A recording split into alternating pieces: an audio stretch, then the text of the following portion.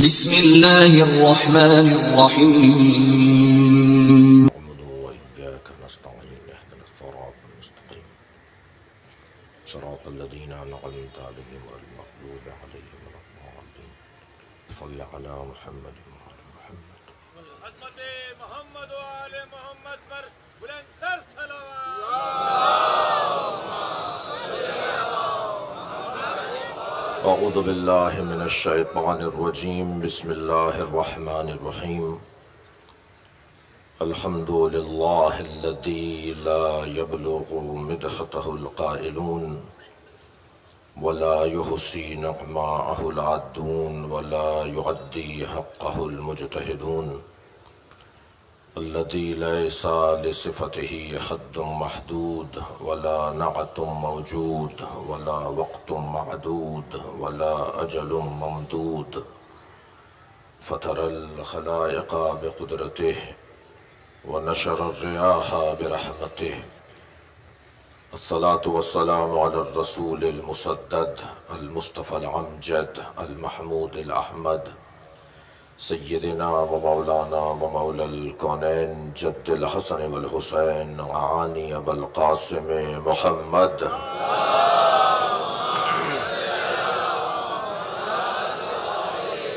وآله الطيبين الطاهرين المعصومين الذين قال الله إنما يريد الله ليذهب عنكم الرجس أهل البيت ويطهركم تطهيرا.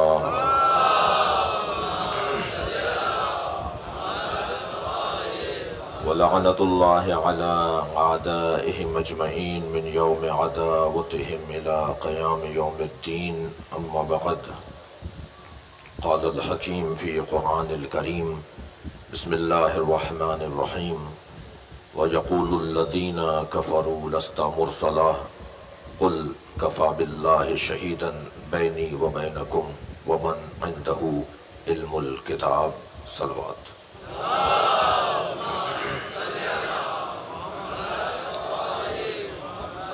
سورہ مبارکہ رعد کی آخری آیت جس کا نشان 43 ہے، 43ویں آیت میں نے آپ کے سامنے پڑھی ہے. کل کی ابتدائی مجلس میں، کل کی پہلی مجلس میں تو یہاں 2 انچ پانی تھا اور آپ سب پانی میں بیٹھے ہوئے تھے، میں بھی آپ کے ساتھ تھا.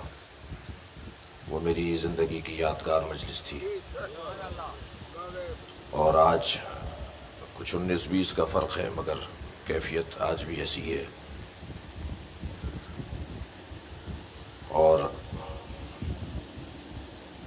ہونا تو سیدھے ہاتھ پہ چاہیے تھا مجھے، مگر میرے ایک جانب تشریف فرمائے ہیں کراچی کے ذمہ دار اور اس شہر کے انتہائی برے حالات کے ذمہ دار. آج صبح کی مجلس میں کوئی بڑی تعداد سیاستدانوں کی بھی تھی اور ججز کی بھی تھی اور سنی شیعہ صاحبان ثروت لوگوں کی بھی تھی. وہاں بھی ہم نے ایک اشارہ دیا تھا اور پھر ناصر شاہ صاحب سے رابطہ ہوا. میری خواہش ہے کہ میئر صاحب اور ناصر شاہ صاحب ہمارے ساتھ علیحدہ بیٹھیں. میں ممبر کو کسی بھی عنوان سے کسی ایک شبہ بال برابر بھی اگر شبہ آ جائے کہ ہم کوئی سیاسی اس سے کوئی نتیجہ برا نکلے گا تو ہم وہ نہیں چاہتے.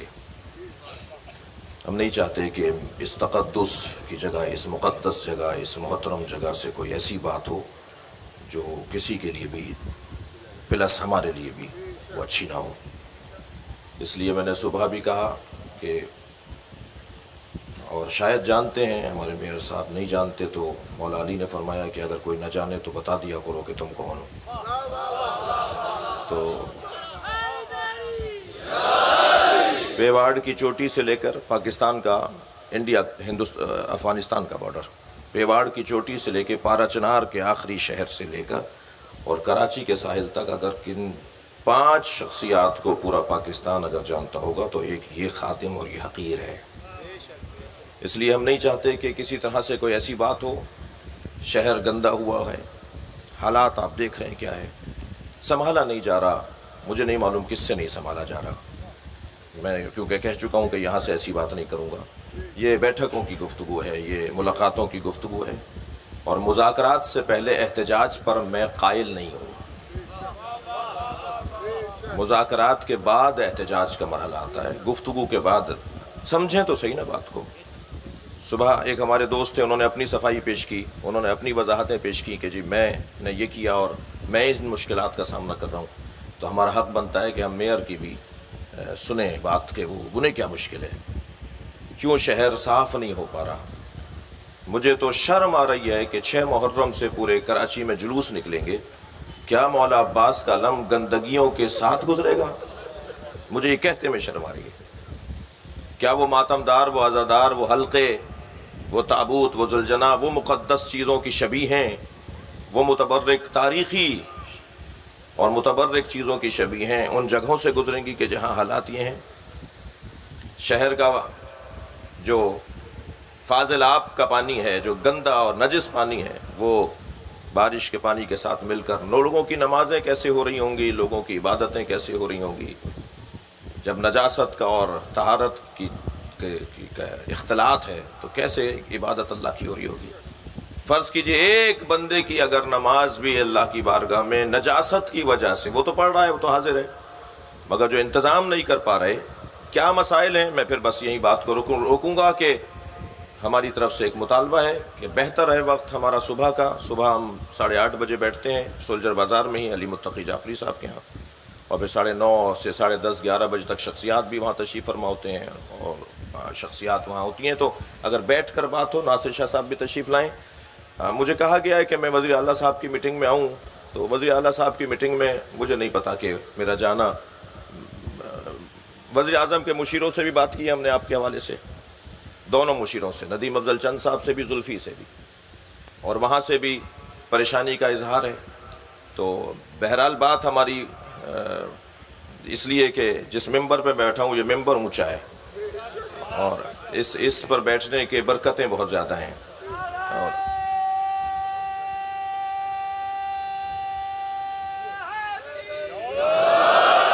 ایک صلوات بلند تر ہدیہ کریں گے محمد و آل.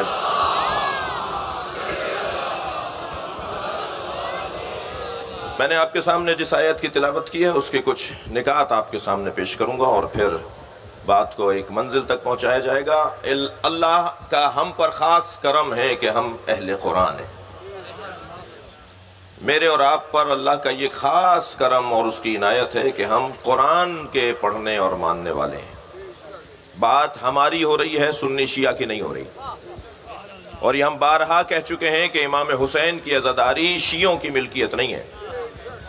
شیعہ امام حسین کی عزاداری کے مالک نہیں ہیں، نوکر ہیں، اور نوکروں کو اپنی اوقات میں رہنا چاہیے، مالک کے مہمانوں کا خیال کرنا چاہیے.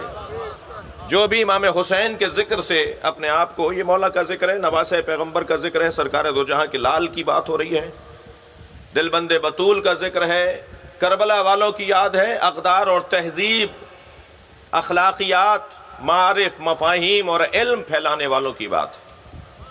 میں ایک مرتبہ پھر پلٹ رہا ہوں اپنی اصلیت کی طرف، ہم ایک مرتبہ پھر پلٹ رہے ہیں اپنی فطرت کی طرف. اللہ نے ہمیں صحیح، سالم، سچا، اچھا بنایا ہے. یہ حالات ہوتے ہیں، یہ ماحول ہوتا ہے، یہ والدین، یہ اساتذہ، یہ دوست، یہ علاقہ، یہ رنگ ہوتا ہے جو ماحول کا ہم پہ چڑھ جاتا ہے. ہر کچھ مدت کے بعد ہمیں اس رنگ سے نکلنے کے لیے عزاداری چاہیے. اس سے بہتر نظام تعلیم شاید ہی کہیں ہو کہ جہاں یہ چھوٹا سا بچہ بھی سیکھنے آیا ہے، وہاں وہ ڈاکٹر اور PhD بھی سیکھنے آیا ہوا ہے. اور یہ کلاس کچھ اور رنگ کی کلاس ہے کہ یہاں بیٹھنے والے جوتیاں اتار کر آئے ہیں، اس لیے کہ یہاں تقدس اور احترام کے ساتھ بیٹھنا ہے. یہاں بات ہونی ہے قرآن مجید کی، اور قرآن مجید بھی، بولتا قرآن بھی اور خاموش قرآن بھی. یعنی بات شروع ہوگی قرآن صامت سے اور بات مکمل ہوگی قرآن ناطق پر. اللہ جب اپنے علم کو کاغذ پر اتارتا ہے، جملے کو محسوس کریں گے، اللہ جب اپنے علم کو کاغذ پر اتارتا ہے تو اسے قرآن نام دیتا ہے، جب پیکر میں ڈھالتا ہے تو اسے مصطفیٰ نام دیتا ہے. یہ سرکار کی ذات مکمل علم الہی کا ایک مجسم چلتا پھرتا علم الہی کا وجود، ان کی ایک ایک ادا علم الہی کی عکاسی ہے۔ تمہید لے رہا ہوں آیت کا ترجمہ کرنے سے پہلے، اس پوری کائنات میں اگر کوئی ہے تو وہ سوائے مصطفیٰ کے کوئی نہیں ہے۔ اللہ نے سرکار دو جہاں کی خاطر سب کچھ بنایا ہے، اور اللہ نے سرکار دو جہاں کی خاطر سب کو باقی رکھا ہے۔ بھائی اگر رقیق مثال نہ ہو تو قبول کر لیجئے گا، اور رقیق مثال ہو تو معاف کر دیجئے گا۔ آپ نے اپنے گھر مثلا وزیر صاحب کو دعوت پر بلایا اور ان کے ساتھ 5 آدمی اور آ گئے، دسترخوان پہ اصلی تو ایک ہے، باقی تو طفیلی ہیں نا۔ اس کائنات میں اصلی مصطفیٰ ہیں، باقی طفیلی ہیں۔ صلوات پڑھیں گے محمد و آل محمد۔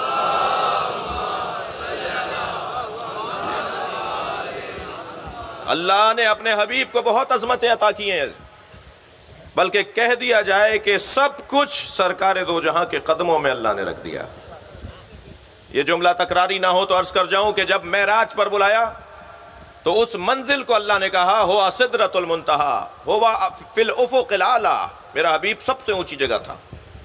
اور جب سب سے اونچی جگہ سرکار گئے نا، براق سے کچھ منزلیں طے کی تو براق نے ساتھ چھوڑ دیا، تو ایک اور سواری سرکار کے لیے لائی گئی جس کا نام لکھا ہے رف رف۔ پھر رف رف کچھ اور آگے بڑھی تو ایک مرحلے پر آ کر رف رف نے کہا کہ میرے اندر دم نہیں ہے کہ میں آپ کو اور آگے لے جا سکوں، تو رف رف کی سواری تبدیل کروائی گئی، تو ایک تیسری سواری آئی جس کا نام لکھا ہے بھرہم، وہ جیسے نور کا جھولا ہو، اس انداز کا بیان کیا گیا ہے روایات کے اندر۔ سرکار کو اس نور کے جھولے کے اندر بٹھا کر پھر لے جایا گیا۔ پھر مرحلہ آیا کہ جہاں اس سواری نے بھی ساتھ چھوڑ دیا۔ بھائی یہ سواری کیسے ساتھ نہ چھوڑتی جب جبریل بھی ساتھ چھوڑ رہے تھے؟ لو دنوت انملتن لحترقت یا رسول اللہ، اس سے آگے میں نہیں جا سکتا، اگر ایک قدم بھی میں اس سے آگے گیا تو میرے پر جل جائیں گے۔ جو لوگ کہتے ہیں کہ جبریل نبی کو پڑھانے آئے تھے، انہیں یہ روایت ضرور سنایا کریں۔ صلوات پڑھے ذرا محمد و آل محمد پر۔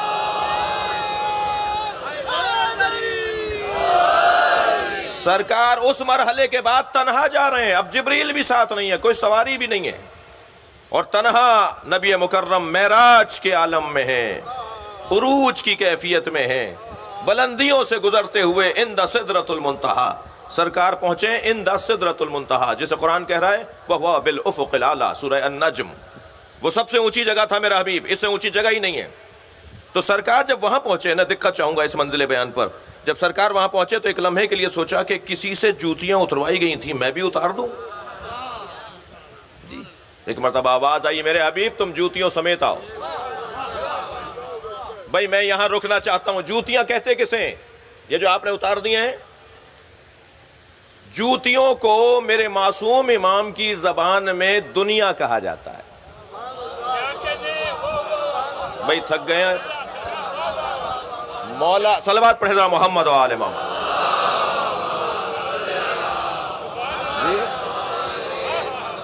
میرے مولا علی کی زبان میں کیا کہا تھا؟ بھائی میں پھر تو اور ذرا واضح کر دیتا ہوں۔ ایسا بند لگا رہے تھے کہ اب اس کے بعد جوتیوں میں بند لگنے کی جگہ نہیں تھی۔ میرے مولا کی جوتیوں میں اتنے پیبند لگ چکے تھے، علی کی بات کر رہا ہوں، خلافت کا دور ہے، حاکم دورہ ہیں۔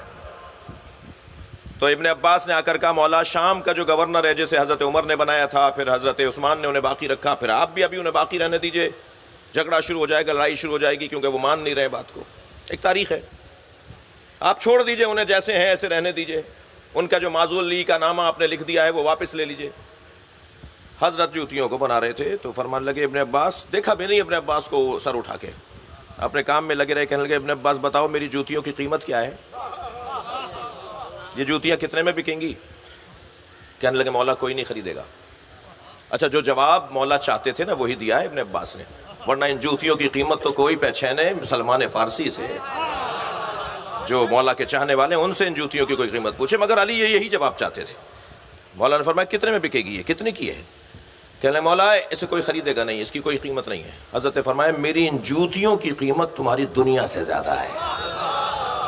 بھائی صلوات ہدیہ کریں علی کی ذات پہ۔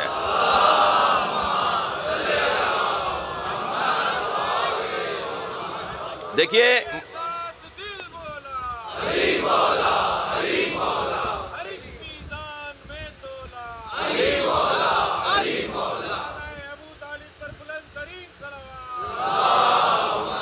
صل علی. تو یہ جوتیاں مولا کی زبان میں دنیا یعنی جوتی. توجہ کر لی. پھر حضرت موسیٰ سے جو فرمایا گیا تھا فَخْنَا نَعْلَيْكَ، جوتیاں اتار کے آئیے، یہ وادی مقدس تو آئے. حضرت موسیٰ نے جوتیاں اتار دیں. علامہ مجلسی نے اس کی تفسیر میں لکھا ہے کہ یہ کسی جانور کے چمڑے کی بنی ہوئی جوتیاں اور نالینیں نہیں تھیں. یہ جو جوتیاں اتروائی جا رہی ہیں یہ کوئی مادی جوتیاں نہیں تھیں جو حضرت موسیٰ سے اتروائی گئی ہیں، بلکہ حب دنیا. جب وادی مقدس میں آؤ تو جوتیاں اتار کے آؤ. اب سمجھ میں آیا کہ ہم مسجدوں میں اور امام بارگاہوں میں جوتیاں اتار کے کیوں آتے ہیں؟ جب مقدس وادی میں آ گئے ہو تو حب دنیا کو چھوڑ کر آؤ، یہاں صرف اللہ کو یاد کرو. یہاں کسی اور کو یاد نہیں کرنا، یہاں سوائے اللہ کی رضا کے، سوائے اس کی مرضی کے کوئی اور کام نہیں کرنا. میں رہتا ہوں باب العلم میں، نارتھ نازم آباد 5 اسٹار چورنگی پہ جو مسجد امام بارگاہ ہے، میری رہائش وہاں ہے کوئی 15-16 سال سے. میں نے وہ مسجد باب العلم کے صحن میں 2 لوگوں کو لڑتے ہوئے دیکھا. ایک دوسرے سے تندی سے بات کر رہا تھا اور دوسرا اس سے کہہ رہا تھا کہ امام بارگاہ کے باہر آؤ تو بتاؤں گا، میں یہاں جواب نہیں دے سکتا. پہلے تو بڑھ کر میں نے اس کے پیشانی کا بوسہ لیا کہ کم سے کم تم نے اس بات کا تو خیال کیا کہ ہر بات ہر جگہ نہیں کی جاتی. اور پھر دوسری بات یہ کہ خدا کے لیے امام بارگاہ سے باہر جا کر بھی یہ نہ بھول جانا کہ اللہ تمہیں دیکھ نہیں رہا ہے. اللہ تو تمہیں وہاں بھی دیکھ رہا ہے. ایسا نہیں ہے کہ تم باہر چلے جاؤ گے تو اب کوئی تمہیں دیکھنے والا نہیں ہے. مگر ایک ہماری نفسیات ہے، ہماری ایک سوچ ہے، ہمارا ایک طریقہ ہے. ایک اندر سے آواز آتی ہے خبردار یہ مقدس جگہ ہے، یہاں یہ بات نہ کرو. خانہ کعبہ، مدینہ المنورہ، مولا علی کا حرم، امام حسین کی کربلا، جب ہم زیارات کے لیے جاتے ہیں ہم نے بڑے لوگوں کو وہاں سے لوٹتے ہوئے دیکھا ہے جو بہت تبدیل ہو کر لوٹتے ہیں. بڑی تبدیلی آتی ہے ان کے مزاجوں کے اندر، اس لیے کہ ایسی جگہ سے ہو کر آئیں. تو عزیزو، بحث یہ ہے کہ اللہ نے اپنے حبیب کو جوتیوں کے ساتھ اس لیے بلایا کہ میرے حبیب کے دل میں سوائے میری محبت کے کسی کی محبت نہیں ہے. آ جاؤ، جوتیوں سمیت آ جاؤ، تم پر کوئی فرق نہیں ہے ان باتوں کا. جی. اور پھر جب اس مرحلے پر پہنچے تو اعلان ہوا وَهُوَ بِالْأُفُقِ الْأَعْلَىٰ، اس سے اونچی جگہ نہیں تھی. میرا حبیب سب سے اونچی جگہ پر، میرا حبیب سب سے بلند جگہ پر. تو اب ایک جملہ ہدیہ کر رہا ہوں، توجہ چاہوں گا. عزیزان گرامی، جوتیوں کے ساتھ نبی وہاں گئے ہیں جو سب سے اونچی جگہ ہے. تو مجھے کہنے دیجئے ساری دنیا نبی کے جوتیوں کے نیچے ہے. کوئی حیثیت نہیں ہے اس دنیا کی. اور سب سے زیادہ جنہوں نے دنیا کی حقیقت کو ہم پہ روشن کیا ہے وہ یہی گھرانہ ہے. انسان ہے نا، ہم انسان ہیں نا. انسان نسیان سے نکلا ہوا لفظ ہے. یعنی جس خاندان کا لفظ انسان ہے اسی خاندان کا لفظ نسیان ہے. نسیان یعنی بھول جانا. ہمیں اللہ نے بنایا ہی بھولنے والا ہے. ہماری طبیعت میں، ہماری فطرت میں، ہماری جبلت میں بھولنا پایا جاتا ہے. ہم بھولتے ہیں. تو جو بھولتا ہو اسے تو بار بار دہرایا جائے گا نا. تم بھول گئے ہو تو اب یہ نہیں کہا جائے گا کہ ہر سال محرم میں وہی باتیں کیوں. اس لیے کہ ہم انسان ہیں. انسان کو بار بار دہرانا پڑے گا، دوہرا کر اسے یاد دلایا جائے گا. اچھا، اگر بار بار کربلا اچھی نہیں لگ رہی، بار بار ذکر کربلا اچھا نہیں لگ رہا، تو بار بار قرآن میں آنے والی آیتوں کو کیا کرو گے؟ ایک آیت 25 دفعہ نازل ہوئی ہے، 20 دفعہ نازل ہوئی ہے. ایک سورے میں تو ایک آیت بار بار، ہر آیت کے بعد وہی آیت، بِأَيِّ آلَاءِ رَبِّكُمَا. صلوات پڑھے محمد و آل محمد.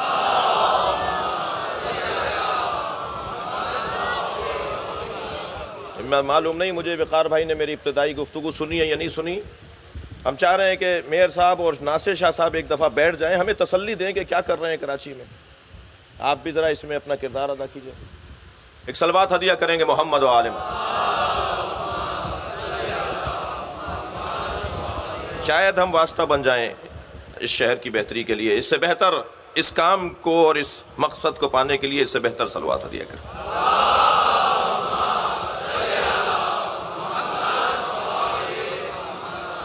توجہ کر لی. یہ کائنات بے نام مصطفیٰ بنی ہے اور بے نام مصطفیٰ باقی ہے. البتہ یہ بات طے ہے کہ مصطفیٰ نے کبھی خود کو بغیر مرتضیٰ کے بتایا نہیں ہے. جب بھی بات کی ہے علی کو اپنے ساتھ رکھا ہے، بلکہ میں تو عقیدت کا بھرا جملہ یہ کہہ دوں کہ جس مصطفیٰ کا سایہ نہیں تھا اسی کے سائے کو علی کہتے ہیں۔ کبھی سرکار کا ساتھ ہی نہیں چھوڑا، اور کبھی ایسا مرحلہ آ بھی گیا کہ ساتھ چھوڑنے کی بات ہو رہی ہے تو نبی ہی فرما رہے ہیں یا علی تم رک جاؤ۔ بھئی سایہ کیسے سایہ وجود کا ساتھ چھوڑ دے؟ حضرت فرمایا رک جاؤ، تمہارے رکنے سے تمہیں یہ فضیلت ملے گی کہ تمہاری نسبت میرے ساتھ وہی ہو جائے گی جو موسیٰ کو ہارون کے ساتھ تھی۔ یعنی روک کر چھوڑ کر بھی گئے ہیں مولا علی کو، تو پھر اتنا بڑا عنوان دے کر گئے۔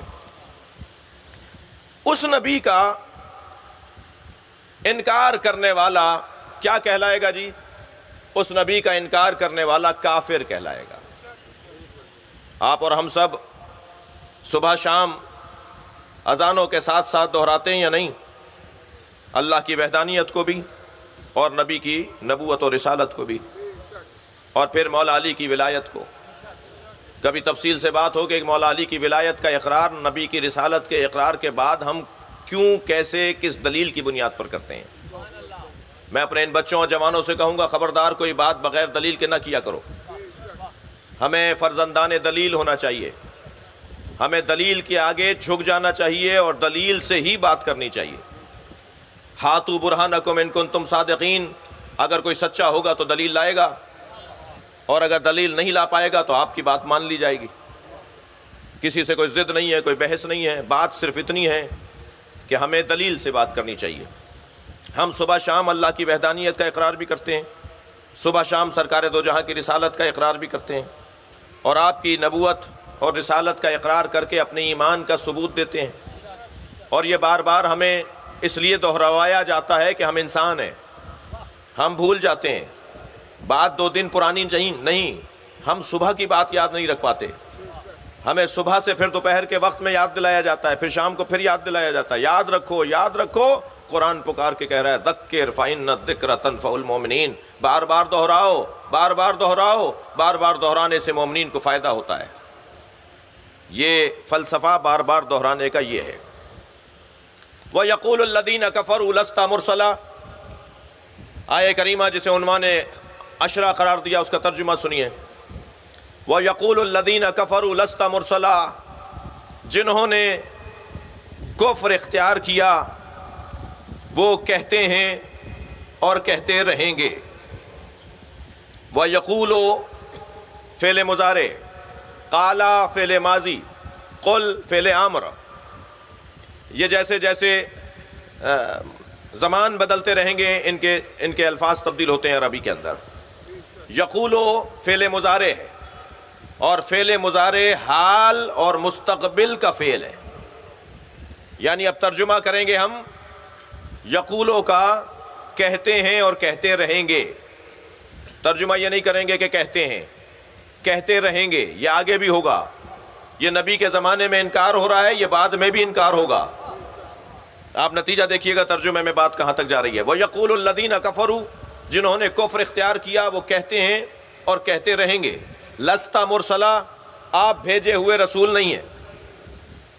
اچھا، اس کا مطلب یہ کہ اللہ کو تو مانتے تھے، یہ رسول کو نہیں مانتے تھے۔ بھائی آپ بھیجے ہوئے رسول نہیں ہیں، یعنی بھیجے ہوئے ہوتے ان کے مطابق تو مان لیتے نا، یہ انہیں وہاں سے آیا ہوا نہیں مان رہے، اللہ کا انکار کہاں کر رہے ہیں؟ یعنی اللہ کا اقرار کرتے ہوئے نبی کا انکار کر رہے ہیں، تو قرآن انہیں کافر کہہ رہا ہے۔ تو روشن ہو گئی نا بات کہ جو اللہ کو مانے اور اللہ کے نبی کو نہ مانے وہ اللہ کے قرآن کی زبان میں مسلمان نہیں ہے۔ بھائی مجھے ایک جملہ کہنے دیجئے، شیطان اللہ کو مانتا تھا، اللہ کے نبی کو نہیں مانتا تھا۔ خبردار، اگر اللہ کو کوئی ماننے والا نظر آئے اور نبی کی بے حرمتی کرتا نظر آئے تو سمجھ لیجئے یہ شیطان کے قبیلے کا ہے۔ وَيَقُولُ الَّذِينَ،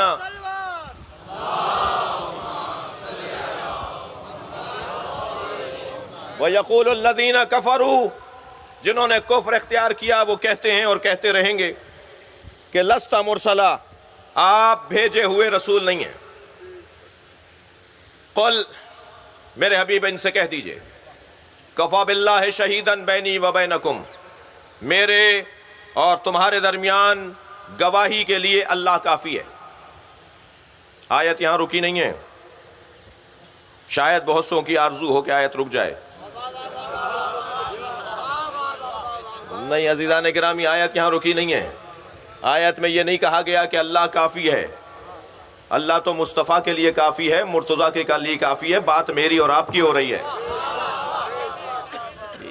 کفا باللہ، اللہ کافی ہے۔ قرآن کی آیات نکال کر دکھانے والے یہ بھی دیکھیں کہ قرآن صرف ایک آیت پر مشتمل کتاب نہیں ہے، 6000 سے زیادہ آیات پڑھو گے تو قرآن سمجھ میں آئے گا۔ اپنے پسند کی آیت نکال کر اپنا مطلب حل کر لینا مسلمانی نہیں ہے۔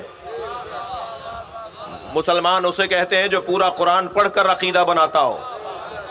صرف قرآن میں ایک آیت پڑھ کر کے اللہ کافی ہے، الیس اللہ کافٍ عبدہ، اے میرے بندے کیا تیرے لیے اللہ کافی نہیں ہے؟ ہمیں بھی پتہ ہے یہ آیت، یا یہ آیت کریمہ جس کے اندر آیت یہاں کر پہنچی کفا باللہ شہیداً بینی و بینکم، میرے اور تمہارے درمیان گواہی کے لیے اللہ کافی ہے، یہ آیت یہاں مکمل نہیں ہے۔ یا ایاک نعبد و ایاک نستعین، یہ قرآن مجید کی آیات ہیں، مگر عزیزان گرامی قرآن مکمل پڑھیں گے تو عقیدہ بنے گا۔ خبردار، میں اپنے بچوں اور جوانوں سے بھی کہہ رہا ہوں کہ یہ آرزو تو بہت سے لوگوں کی ہے کہ قرآن سے دکھاؤ، قرآن سے دکھاؤ، قرآن سے دکھاؤ۔ جو لوگ قرآن کی کوئی ایک آیت لا کر آپ کو کچھ دکھا دیں تو یا تو آپ خود اپنی تیاری اتنی رکھیے کہ آپ اسے دوسری آیت دکھا سکیں، یا جن کی تیاری ہے ان سے مشورہ کیے بغیر کبھی بھی ہار نہ مانیے گا۔ یہ بہت بہت پرانا انداز ہے کہ ہمیں قرآن سے دکھاؤ۔ ایک صاحب کہنے لگے جی قرآن سے بات کیجئے، میں نے کہا جی قرآن سے بات کرنا چاہیے مسلمان کو، مگر میں آپ سے اتنا پوچھنا چاہتا ہوں یہ کس نے بتایا ہے کہ یہ قرآن ہے؟ بھئی آپ پر فرشتہ آیا تھا کیا؟ یا آپ کو کس نے بتایا یہ قرآن ہے؟ یہ مصطفیٰ نے بتایا ہے کہ قرآن ہے۔ یعنی حدیث سے قرآن تو مانتے ہو، قرآن سمجھنے کے لیے حدیث نہیں مانو گے۔ کس نے بتایا ہے بھائی؟ کسے معلوم ہوا تھا کہ یہ قرآن ہے؟ سرکار نے فرمایا ابھی وحی نازل ہوئی ہے، فرشتہ میرے اوپر آیا ہے، یہ آیت لے کر آیا ہے۔ سرکار فرما دیتے تھے، لوگ سن لیتے تھے اور یاد کرتے تھے صحابہ کرام۔ یہاں آیت مکمل نہیں ہے۔ قل کفا باللہ شہیداً بینی و بینکم ومن عندہ علم الکتاب، آیت آگے بڑھی ہے، کہہ دیجئے میرے اور آپ کے درمیان، تمہارے اور میرے درمیان اللہ گواہی کے لیے کافی ہے، ومن عندہ علم الکتاب، اور وہ جس کے پاس مکمل کتاب کا علم ہے۔ مکمل کتاب، مکمل کتاب کا علم۔ میں ابتدائی بیان میں ہوں، میں دوسری مجلس سے خطاب کر رہا ہوں اور مجھے ابھی اس مضمون کے اوپر آئندہ انشاءاللہ کچھ مطالب آپ کے سامنے رکھنے ہیں۔ وہ کہ جس کے پاس علم الکتاب ہے۔ عزیزو، قرآن مجید میں ہدایت بشر کے لیے جو اللہ نے انتظام کیا ہے، ان انتظامات کے اللہ نے نام دیے ہیں۔ کبھی اللہ نے منصبوں سے یاد کیا ہے، یعنی کبھی نبی، کبھی رسول، کبھی امام، کبھی خلیفہ، ان الفاظوں کے ذریعے سے منصبوں کو ذکر کیا ہے۔ ان جاعل فی الارض خلیفہ، ان جاعلک للناس اماما، ان ارسلناک شاہدا، ہم نے آپ کو رسول بنایا۔ کبھی منصبوں کے ذریعے سے نظام ہدایت کا تعارف کروایا ہے۔ کبھی پروردگار عالم نے منصبوں کو یاد نہیں کیا، بلکہ منصب کے جگہ ایسے الفاظ استعمال کیے ہیں کہ جو ہدایت کا کام کرتے ہیں۔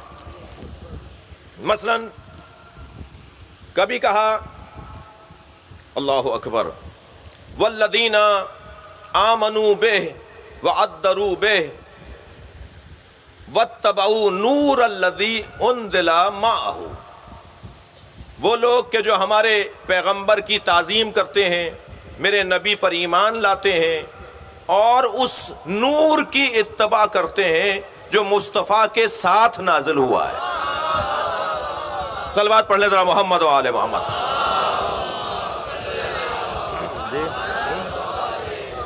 یہاں اللہ نے اپنے حبیب کے ساتھ ایک علیحدہ نور کے آنے کی بات کی ہے، اور آپ کی دقت بھرپور ہے، میں آپ کا شکر گزار ہوں، اور الحمدللہ شرکت بھی آپ کی توقع سے زیادہ ہے موسم کے نامساعد ہونے کے باوجود۔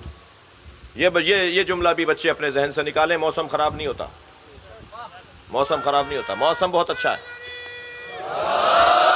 اللہ خالق خیر ہے، خالق شر نہیں ہے۔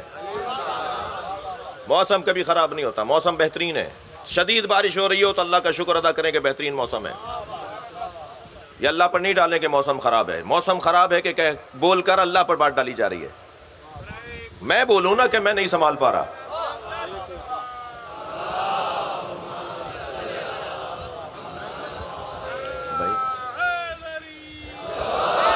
میں کہوں نا کہ مجھ سے نہیں سنبھالا جا رہا، میں انتظامات نہیں کر پا رہا، مجھے کچھ پریشانیاں ہیں، یہ تو میرا مسئلہ ہے نا، اللہ کے اوپر کیوں ڈال رہا ہوں کہ موسم خراب ہے؟ تو الحمدللہ اس نامساعد ضرور کہا جا سکتا ہے، میرے ساتھ ہم آہنگ نہیں ہو رہا، میرے ساتھ ہم آہنگ نہیں ہو رہا موسم، یہ ضرور کہا جا سکتا ہے۔ نامساعد موسم کے باوجود آپ کی شرکت۔ میں اس آیت کے اوپر آپ کی توجہ بھرپور چاہوں گا۔ اللہ نے یا رسول کہا ہے، نبی کہا ہے، خلیفہ کہا ہے، امام کہا ہے، اسی طرح اس کام کے لیے، جس کام کے لیے نبی، رسول، امام، خلیفہ کو بنایا بھیجا، اس کام کے لیے اللہ نے کچھ الفاظ اور بھی استعمال کیے ہیں۔ تفسیر قرآن سنا رہا ہوں آپ کو، قرآن کے مفاہیم بتا رہا ہوں آپ کو۔ ایک لفظ جو اللہ نے استعمال کیا ہے قرآن مجید کے اندر، نازل کیا ہے، وہ لفظ نور۔ اس قبیلے کو، ان ہستیوں کو اللہ نے نور کہہ کر بھی یاد کیا ہے۔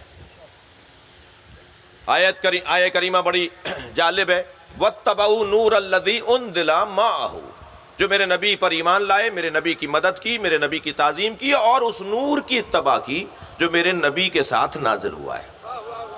یاد رہے کہ یہاں اتباع کا لفظ ہے، اطاعت کا لفظ نہیں ہے۔ مجھے پتا ہے کہ جو لوگ جہاں تک ممکن ہوتا ہے یہ کوشش کرتے ہیں کہ اہل بیت کے فضائل کے جو آیات ہیں ان میں کچھ اور چیز ڈال دی جائے، تو انہوں نے یہ چیز ڈالی ہے کہ یہاں پر بات کی جا رہی ہے کہ نور کی اتباع، تو نور سے مراد قرآن ہے، اس لیے کہ نبی مکرم کے ساتھ قرآن نازل ہوا ہے۔ میں انہیں جواب دینے جا رہا ہوں جی، اور اپنے عقیدے کو اپنے اوپر واضح کرنے جا رہا ہوں جی۔ قرآن کی آیت میں اتباع کا لفظ ہے، اطاعت کا لفظ نہیں ہے۔ اور قرآن کی، اگر قرآن مراد ہے، نور انزل معہ، نور الذی انزل معہ، اگر یہ قرآن مراد ہوتا تو قرآن کی اتباع نہیں ہوتی ہے، قرآن کی اطاعت ہو سکتی ہے۔ بھائی اطاعت اور اتباع کا فرق محسوس کر لیا آپ نے؟ جو قول کی پیروی ہو تو اسے اطاعت کہا جاتا ہے، جہاں عمل کی پیروی ہو اسے اتباع کہا جاتا ہے۔ صلوات پڑھیں محمد و آل محمد۔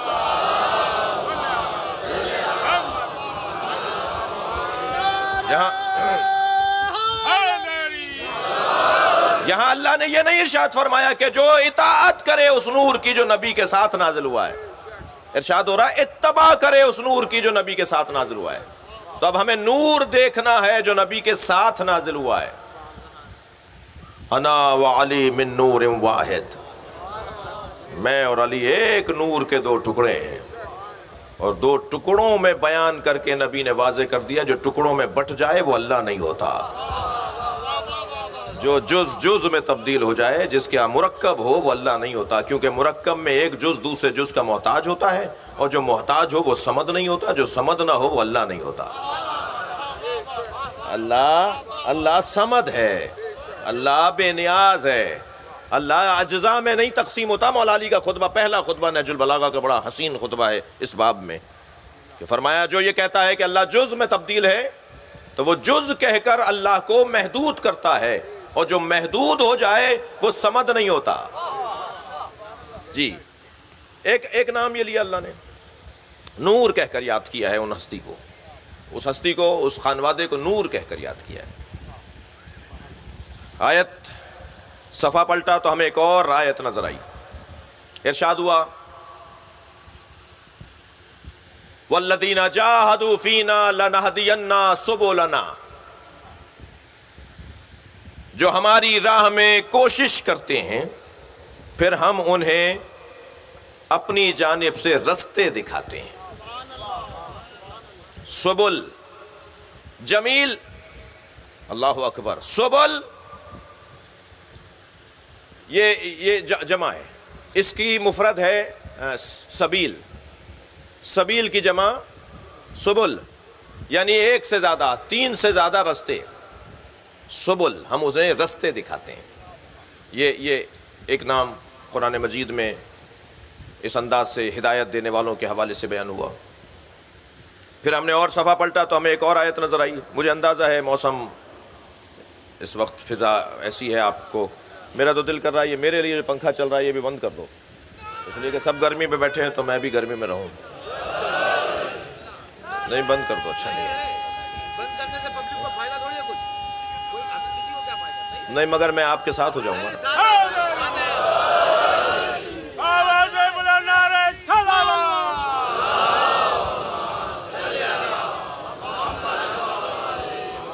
ایک اور صلوات نبی کی ذات پہ دو۔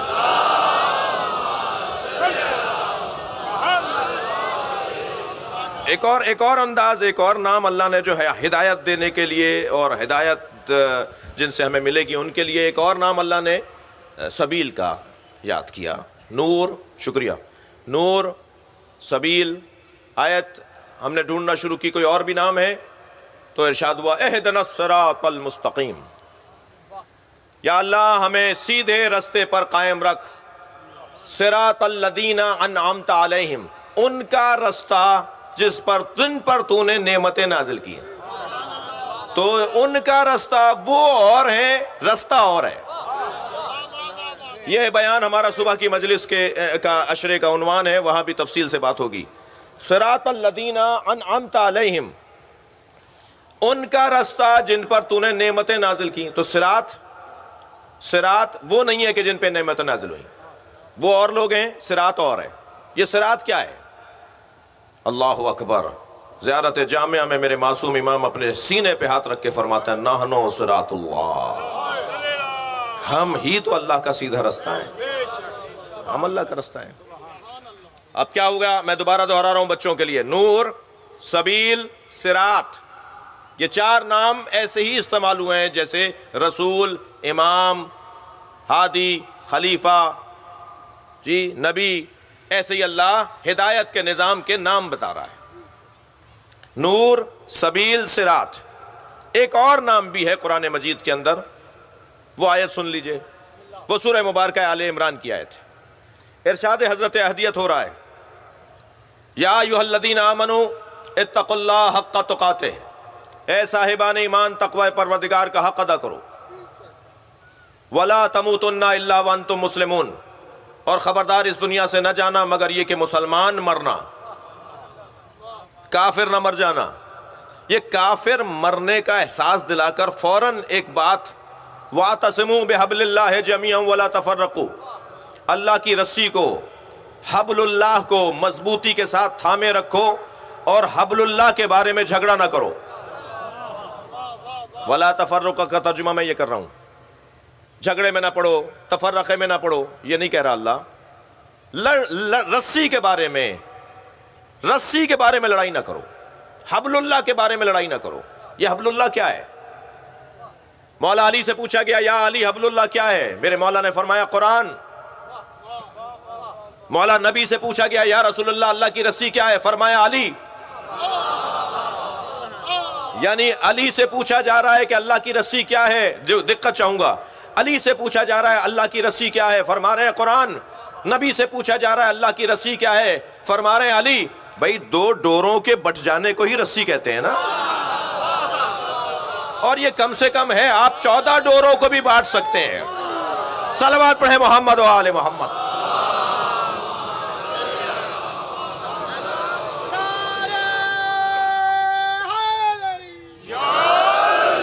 اب یہاں نور، سبیل، صراط، حبل اللہ، یہ چار نام لیے ہیں اللہ نے، ہدایت کے چار نظام بیان کیے ہیں۔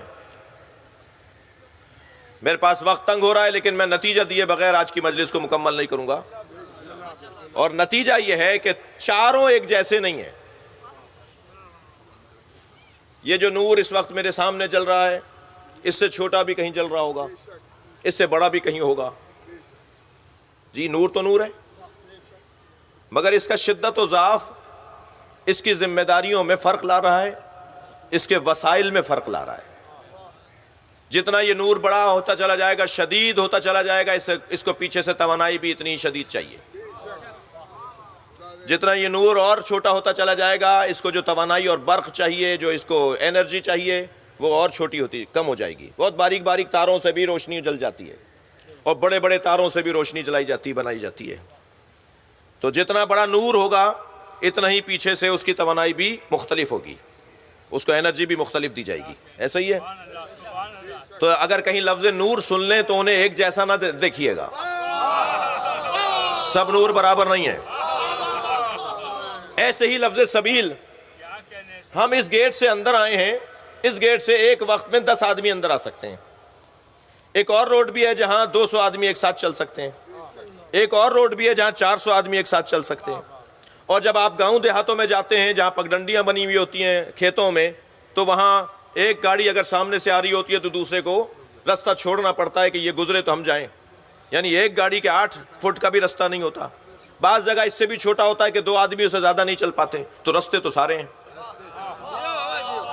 مگر کیا سارے رستے برابر ہیں؟ تو لفظ سبیل تو ساروں کے لیے استعمال ہوگا. اسی لیے اللہ نے سبیل کی جمع استعمال کی ہے، سبل. لیکن آپ عجیب انداز پائیں گے قرآن مجید میں کہ اللہ نے نور کو بھی جمع استعمال کیا ہے، سبیل کو بھی جمع یاد کیا ہے، مگر اللہ نے قرآن مجید میں صراط اور حبل اللہ کو جمع استعمال نہیں کیا.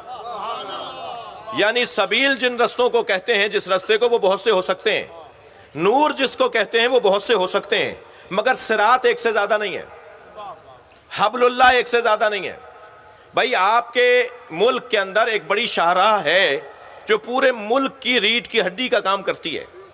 ہر شہر سے رستے چھوٹے چھوٹے بڑے بڑے مختلف ٹیڑھے لمبے چوڑے اس بڑے شاہراہ پر آ کر پہنچتے ہیں، اور وہ سارے رستے بڑی شاہراہ سے ملا دیتے ہیں، اور بڑی شاہراہ پورے ملک سے ملا دیتی ہے. تو بڑی شاہراہ تو ہر ملک میں ایک ہی ہوتی ہے، اور اس بڑی شاہراہ تک پہنچنے کے لیے چھوٹے رستے بہت سے ہوتے ہیں.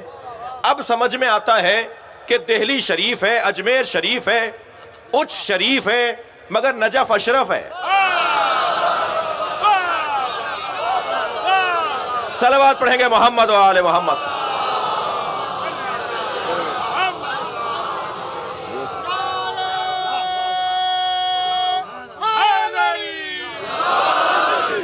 اب وہ جو حبل اللہ ہے، وہ جو صراط ہے، وہ ایک ہی رستہ ہے. بات کل آگے بڑھے گی کہ اللہ نے ہادی تو بہت بنائے ہیں، مگر سب ہادی ایک جیسے ہادی نہیں ہیں. اور ایک جملہ اور سن لیجئے، جب اللہ کے بنائے ہوئے ایک جیسے نہیں ہیں تو جو ایک جیسے ہیں وہ ایک جیسے کیسے ہوں گے؟ یہ تو ہے ہی نہیں، یہ تو ہو ہی نہیں سکتا کہ سب ایک جیسے ہو جائیں. یہ تو خالقیت پروردگار پر اعتراض ہے کہ سب کو ایک جیسا بنا دیا. پھر وہ بڑا خالق کیسے ہوا؟ یہ فلاں کمپنی کی معاذ اللہ گاڑی تھوڑی ہے کہ یہ 2019 کا ماڈل سارے ایک جیسے ہی آئیں گے باہر. یہ اللہ ہے بھائی، ہر آنے والا نیا ہے، ہر پیدا ہونے والا بچہ نیا ہے، کوئی کسی جیسا نہیں ہے. تبھی تو خالق کائنات بنے گا، تبھی تو احسن الخالقین کہلائے گا. اس سے بڑا خالق ہی نہیں ہے، اس کی ہر مخلوق نہیں ہے. اور وہ ہر مخلوق کو نیا بنا کر لانے والا کچھ مخلوقوں پر، کچھ مخلوقین پر فخر کرتا ہے. اللہ اکبر. جن پر وہ فخر کرتا ہے وہ یہ گھرانہ ہے. جب کربلا پہنچے نا امام صادق، امام جعفر صادق علیہ السلام جب کربلا پہنچے تو گھوڑے سے اتر گئے، پیدل قبر حسین کی طرف جا رہے تھے. بلکہ بعض جگہ تو یہ بھی ہے کہ حضرت کچھ جگہ زمین پر بیٹھتے تھے اور پھر قبر کی طرف بڑھتے تھے. ایک چاہنے والے نے مولا سے پوچھا، مولا آپ بھی امام ہیں، حسین بھی امام ہیں. اللہ اکبر. آپ حسین کی بارگاہ میں ایسے کیوں جا رہے ہیں؟ آپ بھی تو امام ہیں. میرے مولا کی پیشانی پہ بل آ گیا. اسے دیکھتے ہوئے فرمانے لگے، ہمیں امامت بطفیل حسین ملی ہے. حسین کا ہمارے ساتھ مقایسہ نہ کرو. تسعۃ من ولد الحسین، حسین کو شہادت کے عوض اللہ نے 3 عظمتیں عطا کی ہیں۔ حدیث سنا رہا ہوں آپ کو، حسین ابن علی کی قربانی کے عوض اللہ نے 3 عظمتیں عطا کی ہیں۔ تحت القبہ دعائیں قبول ہوں گی، آ جائیں دنیا کے فقیر، آ جائیں منگتے حسین کے مزار پر، کھڑے ہو جائیں زری کے قریب اور گنبد کے نیچے، مانگے حسین ابن علی سے۔ اللہ نے یہ حسین کو اختیار عطا کیا ہے کہ جو تحت قبہ گنبد کے نیچے کھڑا ہو کر مانگے گا، یہ حسین کے تصدق اللہ عطا کرے گا۔ دوسری عظمت جو اللہ نے شہادت امام حسین کے عوض امام کو دی ہے، وہ ہے ان کی خاک میں شفا۔ یہ اللہ نے انہیں عظمت عطا کی ہے۔ مٹی میں شفا تو نہیں ہوتی جی، اس خاک میں شفا ہے، اس خاک میں وہ نور ہے، اس خاک میں وہ توانائی ہے جو میرے بدن میں جب کمی ہو جاتی ہے نا، تو میں فلاں ٹیبلٹ کیوں لیتا ہوں؟ تاکہ وہ توانائی میرے بدن میں آ جائے، وہ کمی میرے بدن میں پوری ہو جائے۔ حسین کے قدموں سے لپٹی ہوئی مٹی میں یہ تاثیر ہے کہ جو بیمار بھی اسے چاٹے گا، اسے چکھے گا، اسے شفا ملے گی۔ اور تیسرا تسعۃ من ولد الحسین، حسین کے 9 بچوں کو اللہ نے امامت عطا کی ہے۔ یہ امامت امام صادق فرما رہے ہیں، یہ امامت ہمیں بطفیل حسین ملی ہے۔ آج 2 محرم ہے، کچھ دیر کے بعد مغرب ہو جائے گی۔ چلیے اپنے ذہنوں کو کربلا لے چلیے، اس لیے کہ مولا حسین کا گھوڑا کربلا پہنچ رہا ہے۔ اجرکم اللہ، اجرکم اللہ۔ جو رونے آئے ہیں وہ تکلف نہیں کریں گے، میں 2-4 منزلیں لوں گا۔ چلیے اس سے پہلے کہ ذوالجناح کربلا پہنچے، ہم کربلا چلتے ہیں۔ چلیں کربلا کی خاک سے خار اٹھائیں، کہیں سکینہ کے پیروں میں چبھ نہ جائے۔ چلیں کربلا کی خاک سے، کربلا کی زمین سے پتھر چنیں، کہیں جناب زینب کبریٰ کے پیروں میں کوئی پتھر نہ چبھ جائے۔ چلیں زمین کربلا کو آمادہ کریں، حسین ابن علی کا گھوڑا آنے والا ہے، امام کربلا میں داخل ہونے والے ہیں۔ میرے مولا نے 28 رجب سن 60 ہجری مدینہ چھوڑا، اور مدینہ چھوڑ کے میرے مولا مکے تشریف لائے، اور کئی مہینے میرے مولا نے مکے میں قیام کیا، اور پھر مکے سے ہجرت کر کے میرے مولا عراق کی طرف آئے۔ آپ کربلا کی طرف آ رہے ہیں، ظاہر یہ ہو رہا ہے کہ آپ کوفے جا رہے ہیں، مگر ایک منزل ایسی آئی کہ جہاں حر نے رستہ روکا۔ امام اپنی مرضی کے مطابق رستہ لینا چاہتے تھے، یہ امام کو شام لے جانا چاہتا تھا۔ حضرت نے فرمایا میں اپنی مرضی کے مطابق جاؤں گا۔ جب امام کے گھوڑے کی لگام کو پکڑ کر اس نے موڑنا چاہا نا، تو امام نے ایک جملہ کہا تھا، ثقلت کا امو کیا ہو، تیری ماں تیرے غم میں بیٹھے۔ اجرکم اللہ، اجرکم اللہ۔ یہ عرب کے محاوروں کا حصہ ہے۔ جب کوئی کسی کو مرنے کی اور مارنے کی بات کرے نا کہ میں تجھے قتل کر سکتا ہوں، تجھے مار سکتا ہوں، تو یہ نہیں کہا جاتا میں تجھے مار دوں گا، کہا جاتا تھا کہ تیری ماں تیرے غم میں بیٹھے۔ جیسے ہی میرے مولا نے کہا نا تیری ماں تیرے غم میں بیٹھے، اس نے لگام چھوڑتے ہوئے کہا آپ کی ماں فاطمہ نہ ہوتی تو میں بھی کچھ کہہ دیتا۔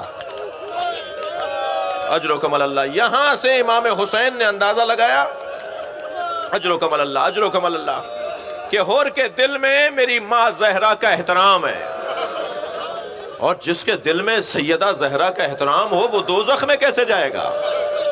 اب یہ کام تو حسین کا ہے کہ اسے جنت کی طرف لے کر آئے۔ لہٰذا امام نے فرمایا اچھا رکو، ہم یہاں قیام کرتے ہیں۔ امام نے قیام فرمایا، نماز کا وقت آ گیا، امام نے صفوں کو درست کروایا۔ ادھر حور اپنے لشکریوں کے ساتھ ایک فاصلے پر قیام پذیر ہے۔ مولا عباس کو بھیجا، عباس جاؤ حر سے پوچھو ہمارے ساتھ نماز پڑھو گے یا اکیلے پڑھو گے؟ یہ وہ کام تھا جو امام ان کے وہ جو نور کی چنگاری تھی نا اسے آتش نور میں تبدیل کر رہے تھے۔ تو حر کو جا کے جب کہا نا امام حسین کا پیغام دیا کہ مولا عباس نے کہ مولا یہ پوچھ رہے ہیں کہ تم ہمارے ساتھ نماز پڑھو گے یا اکیلے پڑھو گے؟ تھوڑی دیر خاموش رہا، کہنے لگا فرزند رسول جماعت پڑھائیں گے تو میں اکیلے کیسے پڑھوں گا؟ یہ وہ مرحلے تھے کہ آہستہ آہستہ سیقل کیا جا رہا تھا ان کے نور کو، دھار دی جا رہی تھی ان کے ایمان کو۔ اور یہاں بات پہنچی کہ شب عاشور حر ہے جو جنت و دوزخ کے درمیان ہے۔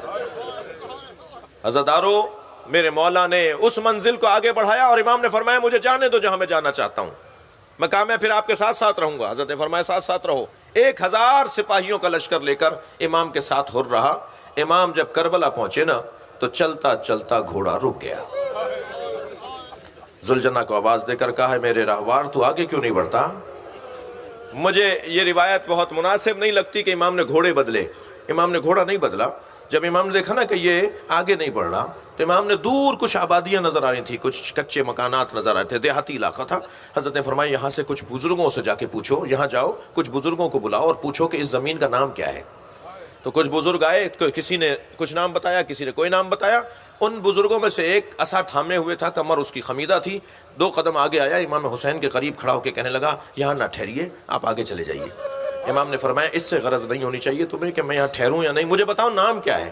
کہ حسین ہادہ کربلا، یہ کربلا ہے۔ امام نے فرمایا میں تو اس کے انتظار میں اسے ڈھونڈتا ہوا آیا ہوں۔ کربلا نے حسین کو نہیں ڈھونڈا ہے، حسین نے کربلا کو ڈھونڈا ہے۔ امام گھوڑے سے فوراً اتر آئے، فرمایا عباس پتہ کرو یہ زمین کس کی ملکیت میں، خیمے نہیں لگیں گے جب تک کہ ہم زمین خریدیں گے نہیں۔ میرے مولا عباس نے جا کے معلوم کیا بنی اسد کے کچھ لوگوں کی یہ زمین تھی، کچھ جوانوں کی زمین تھی، انہیں 70,000 دینار دے کر زمین خریدی گئی، اور زمین کا جو ٹکڑا خریدا گیا اس زمین پر امام نے فرمایا کہ یہاں خیمے لگاؤ۔ مولا عباس خیمے لگا رہے ہیں، حبالہ لکھوا رہے ہیں، دستاویز تیار کر رہے ہیں، دستخطیں ہو رہی ہیں، اور ادھر مولا حسین بیابان کربلا میں، صحرائے کربلا میں تنہا جا رہے ہیں۔ بہن زینب نے دیکھا کہ بھائی اکیلا ہے، پیچھے پیچھے چلنے لگی۔ کیا دیکھا؟ ایک جگہ 2 رکعت نماز پڑھی، بیٹھ کر مناجاتیں کی، پھر اٹھے، پھر کچھ فاصلے پہ 2 رکعت نماز پڑھی، پھر کچھ دعائیں مانگی، پھر کچھ فاصلے پر بیٹھ کے تسبیح پڑھی، اور پھر ایک مرتبہ جیسے کچھ ڈھونڈ رہے ہوں ایک ایسی جگہ گئے جہاں نشیب تھا، اور وہاں بیٹھ کر حسین ابن علی نے 2 رکعت نماز پڑھ کے مناجات پڑھی۔ اب یہاں زینب سے رہا نہیں گیا، قریب کھڑی ہوئی تھی، آواز دے کر کہا بھیا یہ نمازیں کیسی ہیں، یہ مناجات کیسی ہیں؟ مجلس مکمل کر رہا ہوں عزادارو۔ امام حسین نے فرمایا وہاں جو میں نے 2 رکعت نماز پڑھی وہاں میرا علی اکبر ایڑیاں رگڑے گا، اور یہاں جو میں نے 2 رکعت نماز پڑھی میرے قاسم پہ گھوڑے دوڑیں گے، یہاں جو میں نے تسبیح پڑھی ہے یہاں میرے اون و محمد گھوڑوں سے گریں گے۔ اور زینب اس جگہ کو اچھی طرح دیکھ لو، یہ نشیب کربلا ہے، یہاں میں گھوڑے سے گرایا جاؤں گا۔ اے زینب میری ماں زہرا اس جگہ پہ شب عاشور آئے گی، میرا لاشا تمہیں یہیں ملے گا۔ یہ کربلا ہے، یہ ہماری وعدہ گاہ ہے۔ اللہ لعنت اللہ علی قوم الظالمین۔ یا اللہ ان آوازوں پہ رحمت نازل فرما، رونے والوں کی توفیقات میں اضافہ فرما، امام زمانہ کے ظہور میں تعجیل فرما، ہم سب کو حضرت کے نوکروں میں شمار فرما۔ ربنا آتنا فی الدنیا حسنۃ وفی الآخرۃ حسنہ وقنا عذاب النار۔ الہی و سیدی و مولائی اغفر لأولیائک یا حسین۔